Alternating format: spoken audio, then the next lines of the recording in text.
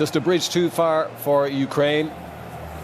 They stayed in it during the first 45 minutes, but totally dominant performance by England in the second half, and they run out deserved winners by 4-0.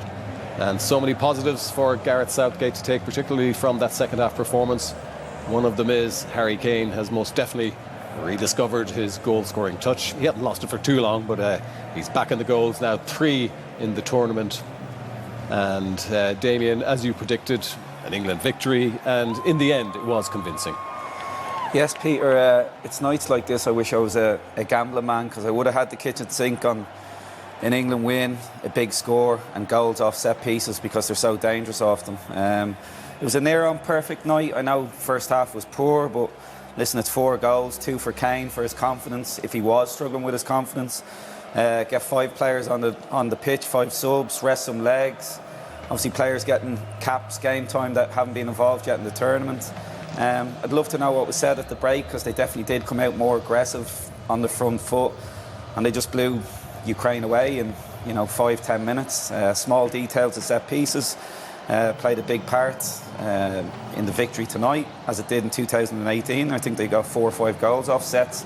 So listen, brilliant night for Gareth Southgate. Biggest test for me though is still going to be on Wednesday against Denmark, because I think people still underestimate them, but I think they're a top outfit. Yeah, Ukraine gave it their best shot, but they were exposed tonight by a very good second half performance by England. And it's certainly not insignificant that England have yet to concede a goal. No, 100%. They'll be going into the semi-final full of confidence. Yet to concede. As you said, Kane is back in the goals. Got 2 today. Had another couple of chances where he could have scored. I think his confidence is back. He's the Harry Kane we know. They did what they had to do tonight. Ukraine, they ran, I think, out of ideas, out of belief, and I think that second goal straight after half-time, that header by Maguire, just killed it off. Maybe lack of concentration, maybe the energy levels dropped a little bit, because they had some tough games. They had a long game, 120 minutes against Sweden, where they've been under the cosh for most parts. So, yeah, there's hard to pick any holes in England's results so far. In the first half, as I said, defensively I didn't like too much what I said. Pickford again in this second half, a couple of clearances where, I think he's immature at the best of times, and I think it would be a big worry. I think it's a big worry for many people. He doesn't get an awful lot to do. When he had to save things in the last couple of games, he did. But when the pressure gets bigger, and the pressure will get bigger in the next round and maybe in the final, I do, as an England fan, I would worry about the goalkeeper. And I think that's a big question mark. Apart from that, he's got the option now to play Sancho, to play Saka in the next game. I think Foden is probably a little bit behind these two now. But these are nice problems to have. And, so far, so good for England. Yeah, and Liam, I was just thinking of the 4 countries left in the Euros now. Watching the substitutions that Gareth Southgate was able to make, comfortably in the lead, but the quality of player he was able to introduce suggests that possibly they have the greatest depth in terms of any of the squads remaining. Yeah, I wouldn't disagree with that, Peter. Yeah, you can see that, the subs can make a difference. He didn't bring Grealish on tonight either, did he? And he's a hell of a player. So, as Damien said at half-time, England needed to up the energy levels and pressurise the Ukrainian midfield, which they did that much better in the second half, and they just totally took over. Obviously, getting that second goal, I think the morale of the Ukraine team fell dramatically. But a good performance, and they couldn't have had it better, could they? To play Ukraine after playing extra time the other night against Sweden. Once they got the second goal, they just collapsed. Yeah. So it's all looking pretty rosy for England, you'd have to say, and they march on to the semi-final. First of all, Liam, to Harry Maguire's goal. Very well taken free kick by Luke Shaw, who had another good game in the England shirt. Yeah, it was a brilliant delivery. Had the Ukrainian defence in all sorts of trouble. Matviyenko, number 22, is just bullied out of it by Maguire. He knocks him out of the way. and buries the header. He's terrific at set pieces, this lad. You know, and it might be that he'll go on further in the tournament because of his power at set pieces. He's a very dangerous weapon. Yeah, great delivery as well, Damien, for the third goal. Yeah, top class. It's what you'd expect with the quality they have. This is my favourite goal of the night purely because of Kane's positioning. If you see him pulling off to the back area, just for any kids watching at home, if you go back area, as you'll see here, you can always go front, but if you go front area, he'll never get to the back post. And this is why he gets 30-odd goals a season. So simple and purely down to his positioning. Brilliant goal, brilliant delivery, and listen, it was obviously game over after that. They obviously go on to get the fourth, but you could already see Southgate's looking to make changes. But brilliant goal, purely simple in its brilliance. Yeah, I mean, Harry Kane, OK, the first goal he got of the tournament was a tap-in, but that seems to have reignited him, reinstilled the confidence. And even with the volley that followed shortly afterwards, it was the strike of a man who felt he could score again. Oh, this is unbelievable. This is one of the best strikes I've seen in a long time. Yeah. Look how quick he comes to him. So he hardly got any time to set his body, to set himself for the shot. So he comes at pace towards him. And to get his body out of the way and swing his left foot, his weaker foot, this is an awesome save. What a strike. And, you know, we watched him in the first few games and he said he looked a bit legless. Or yeah. He's very, you know, you wanted to push him on because he was so... it was a hard watch when he tried to go past people and tried to pass. He was always a yard off.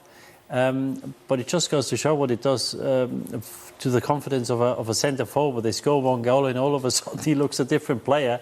Had two tonight, could have had 3 or 4. And obviously it's great news for the manager. And I think the managers, you know, we've seen it with Morata, with Luis Enrique, when he scored. You know, when you keep faith with the player, obviously you're hoping, because obviously it would have been, the criticism would have got louder and louder if he hadn't scored. So I think a big relief for the player, big relief for the manager. And it's always a great feeling, I think, for the player if you repay the faith the manager had in you.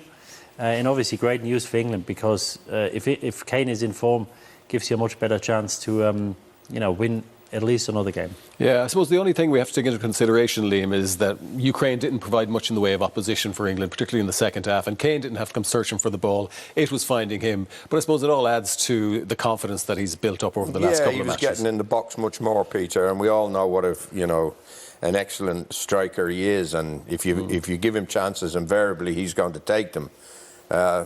He struggled the first 3 games. He looked sluggish. He looked heavy-legged, but that goal against Germany is almost like a blood transfusion, for a striker. And he looked a different player tonight. He was onto the first goal in a flash. That was really good, and his positioning, as Damien pointed out there, top class for his header. As Didier said there, you have a striker in form, gives you every chance of winning this tournament now. Yeah, and do you think, Damien, he'll kick on from here, that his demeanour suggested tonight, he's back to the Harry Kane we know? Listen, Harry Kane, when you look at him closely, he always kind of has that sluggish look about him. Listen, if he gets a chance, he'll obviously finish. That's why his stats are so big. Yeah. I didn't think he had a lot of service in the first 3-4 games, but no doubt he'll, like I said, any chances put in front of him, he'll put them away. And just purely, like I said, the goal there, it's just pure positional play. He's a genius at that. Yeah, super goal by Harry Kane, the second one. Diddy, I was just thinking, it's probably another really good sign as well when a player who isn't renowned for his goal-scoring exploits gets on the score sheet, and Jordan Henderson took his goal extremely well. Yeah, he took a few for Liverpool. I'm surprised it was his first one. It's Sigankov here who's with him. I think the 4 Ukrainian defenders, they're only there to block the English, but they don't even do this, and he gets a free run. And once he gets a run on the defenders, he's moving. Obviously, he's got to jump on them. There's within 2 yards, there's no yellow shirt next to him. It's an easy finish for him, and what it meant to him is, I think, is shown by his celebrations. I think at times it's not easy in his position as a player from West Ham, one from Leeds. He's a Champions League winner. He's a Premier League winner. But I think he took his role perfectly well, and I think players like him make a squad, because if you've got players on the bench, you know, he's a captain of Liverpool, and he's not going there and said, well, if I go to the tournament, I want to play. You know, he puts his own interest at the back. The team's interest always has to come first. Yeah. And he's a prime example. And I think these are the leaders, not only the first 11. I think you need leaders on the bench as well. And I think he epitomises what this England team is all about. OK, thanks for the moment, Didi. Liam, you were speaking about how England changed their approach in the second half and the press they employed. But the question I have is, why did it take till the second half for them to change their strategy? I know, maybe they were a bit nervous, like all the pressure was on them. They were such favourites.